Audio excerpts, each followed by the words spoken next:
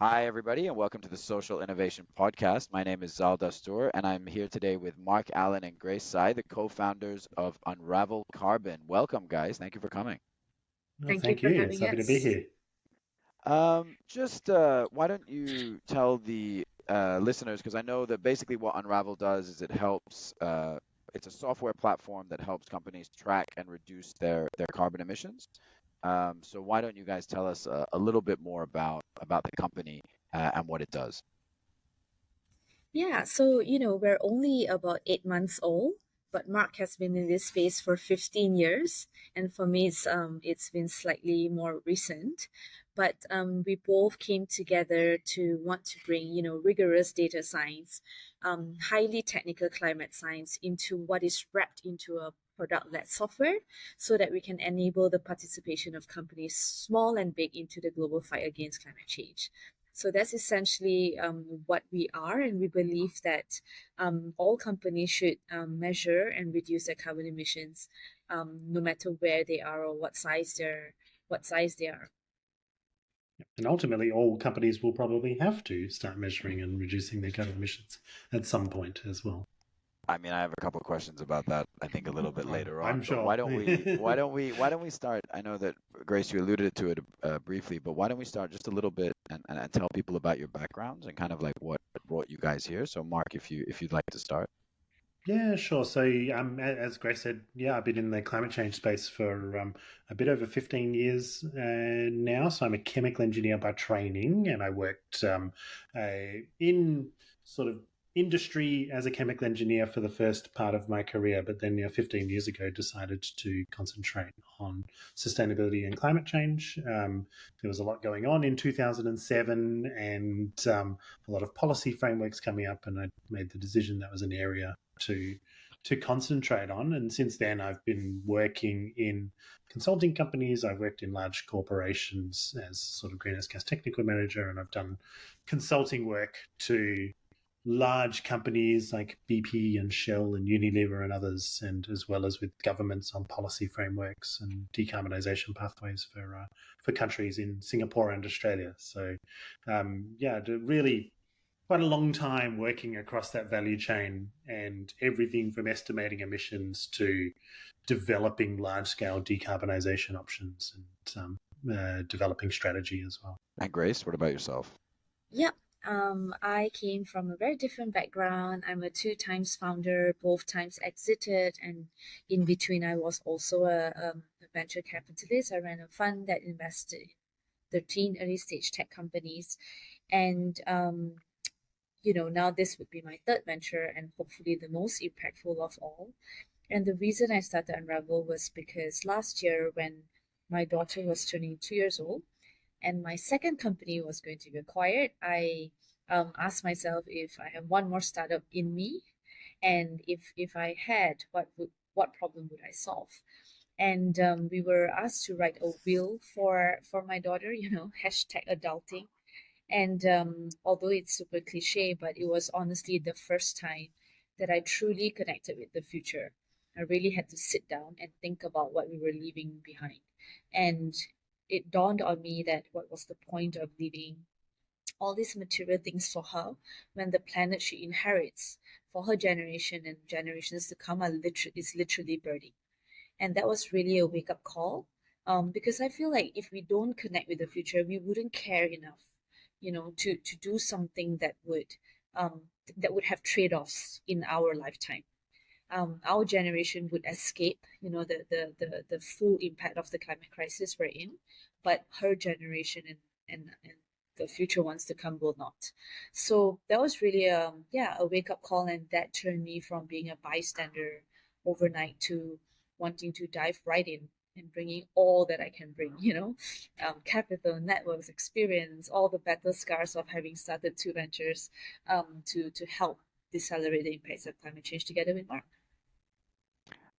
I hear that as a very common reason. People have children and they realize like what is the world that we're going to be leaving for them, and that makes the kind of realization of wow, we're destroying this planet so much realer and clearer. What brought you guys together to start this particular project? How did you guys meet? what was the sort of genesis of it? So Mark and I have already been friends for 6 years plus. He was a member at the Hub, Zal, just like how we met, right? And so many of our common friends. It was truly a like-minded community of people that came together. And honestly, Mark has always been that quiet genius who is doing things that people don't understand, right? Before sustainability was sexy and hot like it is today, he was already working on that day and night. And so I kind of knew him as that quiet sustainability expert that has no relevance to my work, right? But then when I had the idea of, how we can build Unravel into a scalable product-led software, he was really the number one choice co-founder in terms of who might bring the best sustainability expertise. And realistically, I was turned super quickly. I guess at the time I was running my own consulting company, and the company was, was small, but doing good work, and I had a whole number of clients. But I think it took about 10 minutes for me to be convinced to get on board, right? And for me, this is something that's been sort of circulating in my mind for a few years. In fact, I was talking to one of my former employees recently, and she's like, "Oh, I'm glad you're doing this because you've been talking about it for so long, right?" And but I didn't know anything about venture funds and capital markets and all of the stuff that it takes to actually build a startup. So I think in that regard, we actually work really well together. Yeah. That sounds like there's a fantastic balance of skill sets there, where, Grace has obviously got the experience of building and exiting two companies, and Mark with the sustainability side of the deep knowledge in the industry, and both of you kind of complementing each other really well. Yeah. I would ask, there are a lot of software out there, and I've noticed that there is an increase, in the reporting side of it as well, which is the area that you guys are tackling. So, with whatever you're comfortable to reveal, I guess the question is, what's the secret sauce? What makes you guys so special? Okay, so to be exact, there are 92 carbon accounting softwares out there. Okay, we have done a thorough competitiveness Okay. in having. It's true. Told There's a you we're lot. not first time found. Yeah. Yeah. However, I think that's where the difference comes in, right? We are not a carbon accounting platform, right? A lot of our peers, they do a great job helping companies measure, perhaps with more average emission factors rather than granular, and then a chunk of them would then sell offsets to help companies get to net zero, right? For us, the missing piece in the middle, which is reduce first, offset last, is really where we spend most of our time thinking and building huge data science capabilities around. So we're building an engine that would suggest a decarbonization pathway to get to net zero or whatever climate goal that the company sets platform. So the reduction part requires very nuanced expertise and networks in local jurisdictions governed by local policies. And Mark will be, I'm sure, give you a very good example of such things, right? Like buying regs, for example, in Indonesia is very prone to its local jurisdiction. And so these sort of knowledge creates a natural regional moat for us, right? Where, just another software cannot just come in to say, I can help companies actually reduce their carbon emissions. Yeah, this automated solutions identification, and they're not generic solutions either. They're bespoke to the context of a particular facility in a particular location. And as Grace alluded to, there are certainly nuances, localized nuances that mean certain things can and can't be deployed in different countries. But that whole process in a highly automated way, and our entire platform is very, very automated, is super novel. Right, in all of my dealings, I've not seen anything like this that's, highly automated, gives you,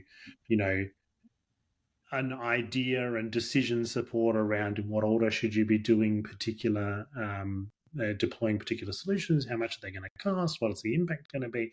That's, I think, something that's very, very new and exciting and very, very different. And it is one of the things I said, when we originally started talking about this, is the big focus for me is, once we have emissions numbers, is the so what now? What do we do with this information, and how do we enable decarbonisation off the back of that? Which is, my own primary focus. How do I reduce as many emissions as possible? That We I have a can. goal. Yeah, we have a goal of helping decarbonize 1 gigaton by 2030, which is very much around 5% of the global reduction target, which is ambitious coming out of Singapore. 5% of the global reduction target, right? That is certainly a very ambitious goal. Like, there's something that you said here which I absolutely loved, which is reduce first, offset last. And I think that a lot of what I know that in the news recently, there's been a lot of discussion around the fact that companies are claiming that they're net zero by buying offsets, and whether those offsets are as genuine as the company may hope or claim them to be is also another issue. So the fact that this is something that's looking specifically at how does the company reduce first and what are the changes that it must make, I think that is a very powerful message to be sending, and one that's very that is critical right now. Yeah, and it may take longer, right? And it requires more discipline and more attention, but it is the only way really to do this if we really, really want to save the planet, literally. I know that you guys do this by plugging into a business's accounting data, and that's a large part of why you're able to process. Are you seeing any pushback from the companies about divulging this sort of the nitty gritty and the deep dark secrets of their business to you, or and hope I mean because they're giving you that data, or are companies that are signing up, they know what they're getting involved in, they're part of the mission, and they want to be on side? Yeah, I think realistically we have not seen much pushback from anyone so far, and even to the extent that a lot of times, when people start thinking about, I'm going to be uploading this data to the cloud, a lot of times people are already uploading this data to the cloud. So you're using SAP or you're using Xero or something, and so it's going there anyway. So this is really no different, assuming that we have controls in place, right? But yeah, so far we have not experienced much pushback. I think people recognize that this is certainly a way to get the information. They do need to provide some information in any case, no matter who's doing the emissions reporting for them. And all we're doing is just trying to do that in a highly automated way. So I think there's a recognition in the value of that rather than trying to hide financial data. And look, realistically, like I said, a lot of it's being uploaded to the cloud anyway, also showing it to your accountant or whoever's doing your end of year filings. And, that there's, and it's a highly checked and viewed and visible source of data. And then as we get into sort of listcos and things like that, they're reporting this data publicly in any case at a rolled up level. So yeah, so far no one's had anything to hide.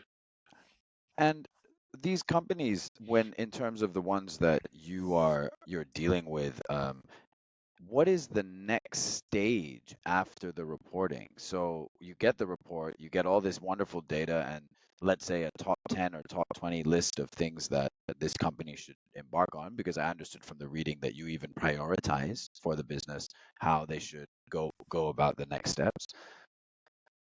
Are you guys there to see that through to the end, or is that really then left up to the business to handle by themselves? It's a bit of both, actually. So we're there to provide support. We have a team of consultants that exists within the company as well, right? And so we don't the market's not at a place where people want to be left alone with a carbon reporting software or a decarbonisation pathway software, because climate change is still relatively new to them. It's a bit scary. They don't quite understand everything. So we have a team of climate experts that works with you. If they need support with implementation, then we can connect them with actual implementation partners. So we're not going to do, boots on the ground, we're going to implement your solar PV plant for you. That's not what we're here to do, but we are of course happy to support, connect people where we can. We have a low carbon marketplace that exists within the platform, which is, these are the suppliers we like. These are different people that supply low carbon versions of things that you buy, or these are implementation partners, engineering companies, etc. And then of course an offsets part of that as well. So companies can get that support, and can get that support from us until it gets to a, now you've got to do something. But then of course we're still there to continue to track emissions, measure performance against these plans and these pathways that we've put in place. And and then it becomes a, how do we disclose the good work that we're doing, and how do we use this to inform a target setting under Science-Based Targets Initiative, and how do we ensure that we're in line with the Paris Agreement, et cetera, et cetera. So, there's a long journey to get down to net zero and net negative ultimately. Yeah, and so we're a SaaS plus service model. We don't just leave our clients with the platform and they're on their own. So every month, even small companies can have X number of hours with the sustainability consulting team, and then larger enterprises have more time with us. But compared to the manualness of how things are done right now, it's still being the main bulk of the load is done through the SaaS platform. So I know, I've been running SaaS pretty much my whole career, and so I know that you need funding for SaaS, and that's the only way SaaS companies grow really at the beginning. And you guys, if I'm not wrong, have you done the largest seed round ever for a sustainability company in Southeast Asia? Definitely top five from what I know. So, congratulations on that. And I just thought maybe, I'm sure there are a lot of founders out there listening, and a lot of people that are um, thinking about starting companies. Is maybe they're not such ambitious targets, but obviously, Grace, you're very seasoned in being able to raise capital for businesses. So, is there any advice you'd give for people to go in through that process, and the kind of work that they should do to get the attention of investors? I would say that when it comes to the climate tech space, it is really important to build anything based on deep climate science. Okay, that's number one. I think the world doesn't need another, not for the lack of a better word, right, gimmicky platform to make people feel good. And so that's our first proposition, right? Like our software engineering is basically dictated by the technical climate science expertise that we have. I think another thing was when I first started Unravel, I felt hugely underqualified, right, when it comes to climate science, because it is really technical. It's not funny, like it will take years to really get into the details and of everything. So I do remember though that Mike Moritz at Sequoia once said that they really value outsiders, especially in problem areas that have been super stubborn and very hard to solve. So these outsiders like me would bring the fresh perspectives, new lens onto a very old problem. So I found that thankfully I listened to some podcasts, right? The power of podcasts, by the way. I've listened to some podcasts who are actually hiking walks, thinking if I was qualified enough to do Unravel. Okay, I mean that's, I completely agree that, in having somebody from outside the industry take a look at a problem that people inside the industry, they come with new thinking, new ideas, new concepts, and sustainability and climate change is a team sport, right? You have everybody's trying to solve their one part. I mean, I'm always amazed at sometimes how micro some of the solutions can be. They're trying to really like help smallholder rice farmers, for example. And then you look at someone like you where you're like, well, how do we tackle it on the other side? So it's so interesting to see different perspectives of that same scale. And I think it's only going to be, thousands of people chipping away at small problems that eventually are going to bring the whole thing down. The same way we have thousands of people creating the problem now. Yeah. Another thing I would add, Zal, on this investor question, right, and how you're attractive as a investable company, is that I think people in climate tech should know that this sector deserves the best of the best talent, right? And we cannot compromise. We should not compromise on the high standards of the talent force that we need to come solve this problem. So in our team, we definitely did not compromise. For example, the guy leading our tech and data science literally has a PhD in string theory, like theoretical physics, right? And he's one of the best AI machine learning minds around in North America, and we're convincing him to move from Toronto to here. Toronto is a huge AI hub, by the way. And so, even if it took us 4 months to find this person, it's worth it. And he's already making such a big difference. Right, Mark? Yeah, absolutely. Yeah, absolutely. And that's such a good point, because, this is a big issue, potentially the biggest issue. Yeah, it really does need, I guess, the world's brightest people to, all be pointing towards this. I hopefully, my utopian mind foresees a time where everyone is working towards sort of decarbonization and action on climate change and sustainability and all these things, and it actually just becomes the norm. This is the way we do stuff. But we're a little bit away from that time at the moment. But ultimately, we do need the best people to be putting their mind to these really, really big issues, because time's running pretty short, to be frank. I would say from a business point of view, one of the things that I've noticed in the last maybe 5, 6 years is that previously a lot of companies, when they were claiming to be sustainable or green, there was either a premium that had to be paid or it was a substandard product.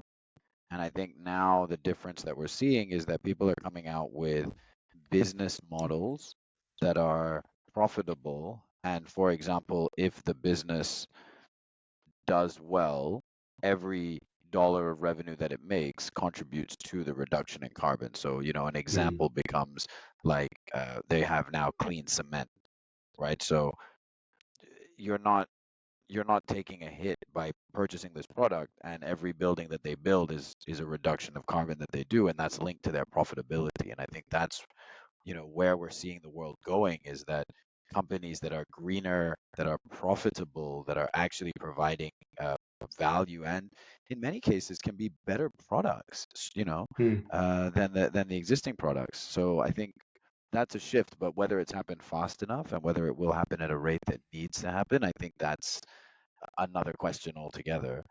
I wanted to ask you guys about speed and about regulation, because I know that you're Asia focused mainly. Obviously, software is a global solution, but you're based in Asia, Australia, and I know in Europe, for example, there's a lot of forced financial regulation around disclosure of carbon as a first step, and the US is also talking about it, I believe.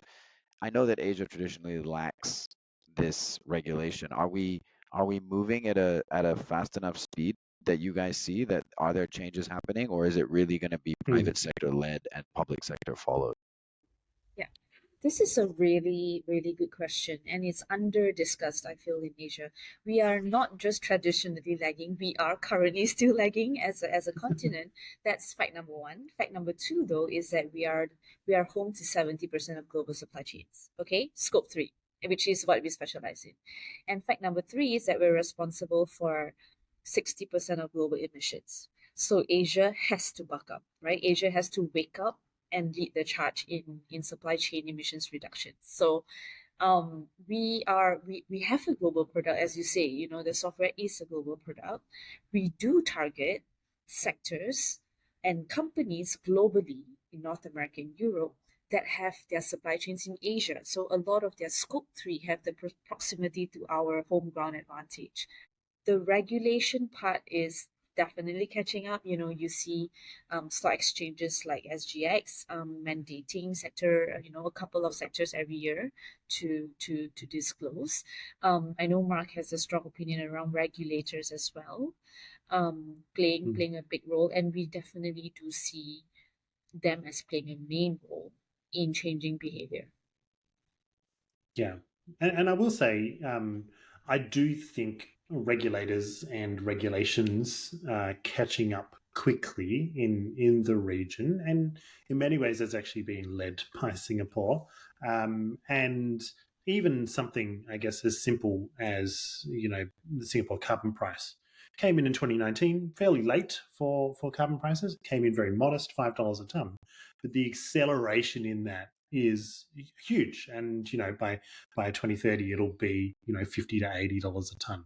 And that becomes now sort of a world level sort of policy framework that they're putting in place. And then, of course, as Grace mentioned, all of the stock exchanges and others sort of also mandating that companies, listcos, have to disclose their emissions and their climate risk exposure. And, then we'll see more of this happening over time. I mean, one could argue that even at $50 or $80 a ton, it is still under the value that sort of international organizations really view that carbon should be at sort of 100 plus a ton. Yeah, absolutely. That no disagreement there from me. And even if you look at the older numbers of the social cost of carbon that was being bandied around in the States, during Obama's presidency, that the social cost of carbon is sitting at hundreds of dollars per ton, being the total impact of CO2. So yeah, there's still a ways to go, but having that framework in place now is actually really, really powerful. I mean, I'm a big believer that there needs to be, or businesses need to pay for the carbon that they emit. And once you start forcing them to pay, is only when they start then seriously taking how do they reduce all of their emissions, because it's hitting their bottom line. And unfortunately, as much as I would love us to be a sustainability first world, I think we're, for the last 80 to 100 years, maybe more, we've been a profit first world. And I think trying to change that mindset, it may be possible, it may not be, but you can only play in the game that you're in. So once you start hitting people where they're making money, I see that's where the biggest difference starts happening. Right. The decision to change behavior at scale has to come from an existential threat out of commercial survivability, So in essence, if I don't disclose, I will lose clients, right? So this is another area that, governments and regulators can lead through their green procurement strategies. So they can literally come out to say, I will not purchase, I will stop purchasing, right, from suppliers and vendors that do not disclose or reduce their carbon, right? That is one simple step that I think Singapore is also leading in. Right. And then more and more large enterprises, conglomerates that have a concentrated bargaining power over their supply chains need to behave that way as well. Right. We really have a very practical view in this. Our entire product, Zal, is created around the insight that given a choice, nobody wants to care about climate change. Nobody, right? It is something that we take for granted for, the planet is for us to appropriate value of, right? Not for us to heal.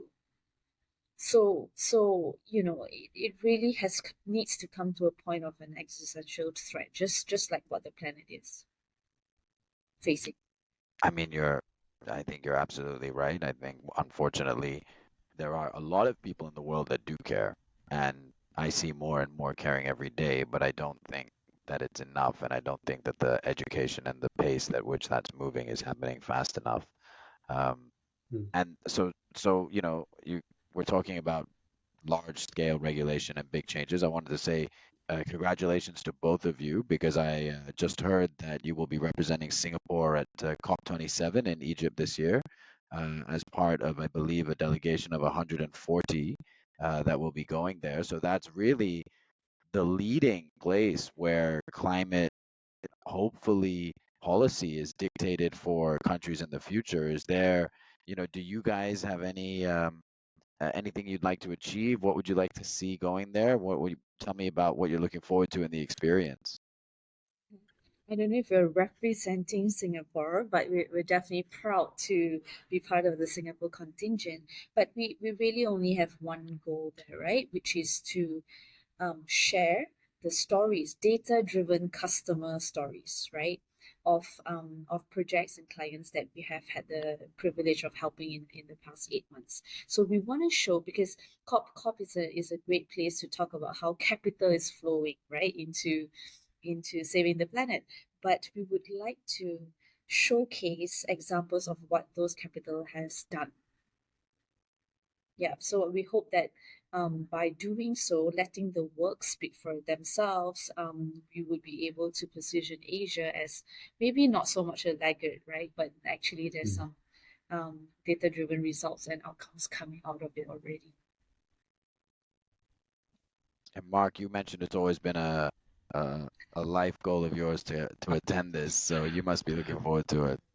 I am. That feels like a really selfish reason to want to go, but absolutely, it's been something that I've been wanting to do for some time. That's the center of, these really really big, audacious, frameworks. As so, just to be in and around that is actually, for me, really, really awesome. And to see that sort of thing up close, not that we're going to be in the negotiating rooms at all, but, to be around that, I think is something that's super interesting for me. And, be close to these really, really, and it can be really technical and conversations around things like carbon markets and non-market mechanisms, and this sort of arguing over brackets within texts and things. But that's really the center of it all, right? And it's the outcomes of. So the way I look at it is the outcomes of COP, right, inform national policy, and then national policy is what businesses have to respond to, right? So there's a clear line between what happens at the COP meetings and what businesses and what risk businesses are exposed to in the transition to a zero carbon economy, right? And and this is where you can start to see inklings around sort of carbon prices and direct regulation of emissions, and climate finance flows and technology flows to least developed nations, and all of these things that are super important to decarbonize. Because one country or one set of countries going net zero won't fix the problem. All countries have to go net zero, and everyone has to come along for the ride. And there's a responsibility for what they call in sort of UN speak, common but differentiated responsibilities, right? Which is how everyone has a common interest in reducing emissions, but individual countries have got different capacity to deal with it. So then it's incumbent on the developed world to provide support for the developing world. And a lot of this is in COP as well. And just to be part of that is amazing. So I'm like totally geeking out on climate policy now. I mean, last year there was a very powerful speech that was given by, I believe it was a leader of a Caribbean country. It was a lady. And it was really basically that's what she was saying, which is you can ask us to reduce, but one, we need help, but two, it needs to be shown from the front. There needs to be leading from the front. Grace, Yeah. you said something which I just wanted to go back to. You said data-driven customer stories. Are you able to share? I mean, you don't have to mention company names or anything if you're not comfortable, but are you able to share some of the stories that you're hoping to tell these delegates about? Well, you guys all have to stay tuned. Maybe we can do a live podcast when we're in Egypt with you. That would be But very cool. Yeah. yeah. So, but we have launched a couple of sectors, and we have users in those sectors, right? For example, in food and agri, end to end, we already have some case studies to share over there. In technology and e-commerce, and then in fashion, textile, apparel, and footwear. We are also, um, getting ready to wrap up a few projects to be able to communicate that. I think what is beautiful is that we already have more than 20 over countries, right, using our platform. So the stories will also vary geography by geography, and the different types of motivations as well. Some are using us for regulatory compliance pressure. Um, most others are from voluntary pressure, right? What is the difference in user behavior, frequency of usage, and their engagement with it? So, just things that are we have observed from the ground up perspective. Great. And I just have one last question. I do like to ask all the founders on that come on the show, which is there are a lot of people out there that want to do something. They don't know how to make that first step. Both of you had moments in your life which catalyzed this change. What is the advice that you have for someone out there um, that does want to make a difference or does want to make an impact? How would you suggest that they start? Go first. Well, Need it's time to it's think. it's funny because I was actually thinking about this, and I was having this discussion with someone just the other day, actually, and what I said to them was 15 years ago it was really simple. You just started working in climate change because it wasn't a thing, right? And it was really easy to just sort of get into that. I think to get a start, we need this base level of skills. Now, I'm not saying everyone needs to go back to university and do a master's, but at least doing enough sort of reading to understand the parts of the sort of sustainability value chain, value network that you're interested in. Sustainability is a pretty broad church, and you know there's value in developing expertise in a particular area within sustainability. So, learning, absorbing as much as possible, and then, really getting out there and talking to people and getting sort of advice on where to go and how to pivot sort of a career into this area. And look, I did the pivot. There's a lot of technical stuff in climate change, and there's real benefits in having an engineering degree to support that as well. But yeah, I think the way to get a start is actually to talk to people who are in the area. And what I find is everyone is actually quite approachable. If you just send someone a message on LinkedIn or whatever, and like, hey, can I meet up for coffee? Most of the time they'll say yes. And that's something I I advise like my to term it as mentees all that the there are time. no assholes in climate. If you've got people that are caring about the planet, you've got to have some sort of an altruistic part of you, right? You're not going to be Hmm. inherently entirely selfish. And so, most people that I've found, I've been so pleasantly surprised at the people that I've reached out to and said, hey, can I meet for a coffee or would you like to be on the show? And the number of people that, because they want to help, because they genuinely want the space to Yeah. grow, they want it to increase in size, that they're very accommodating and very helpful. Yeah. I think that's a good point. So, I think everyone's in this for the right reasons at the end of the day. So, sorry, Chris, please go. Most people are in this for the right reasons. There most we people. go. um, so for me, I would say that each of us wears different hats, right? Multiple hats even. So we're all citizens of a country. So definitely from that perspective, we should vote for politicians who have sustainability, true sustainability pathways and plans, not just pledges and promises, as part of their campaign, and vote them in and hold them accountable, right? To actually executing, operationalizing, and achieving some of those plans. A lot of us also work for companies. In that respect, how many of us have truly asked whether our companies have made a net zero plan, or even communicated a net zero promise, right? Not a lot of us think about that. We ask about salaries, we ask about career advancement. We even see, we even now talk about mental health and wellness and neurodiversity, right? But what about the company's responsibility towards the main stakeholder, which is the planet? So everyone should ask, right, and raise these questions with their employers. And then I would say, on a very personal level, find that connection to the future, right? Because if it's not emotional, it's very hard to change truly. I mean, that's fantastic advice. Both Mark and Grace, I want to thank you guys so much for coming on the show. It's been an absolute pleasure to speak to you both. Thank you, Thank Zal. That you. was fun. Thank you, Zal. Yeah, it was really good.